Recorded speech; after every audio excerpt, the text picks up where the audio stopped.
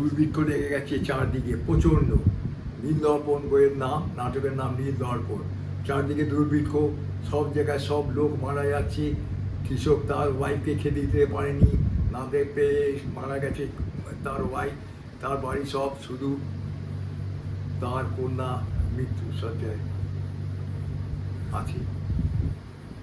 ও কোনো রকম বন্ধুর কাছ থেকে ভাত জোগাড় করতে গেছে, খাবার, দুটো খাবার কোনো রকম জোগাড় করে নিয়ে এসে ওর মেয়ের কাছে এসে বলছি, মুক্ত মুক্ত, তোর জন্য না দুটো ভাত নিয়ে এসছি, এই দেখ মুক্ত মুক্ত।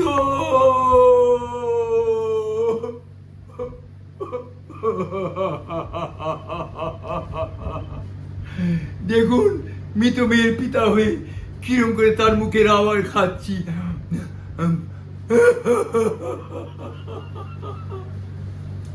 দারুণ দারুণ।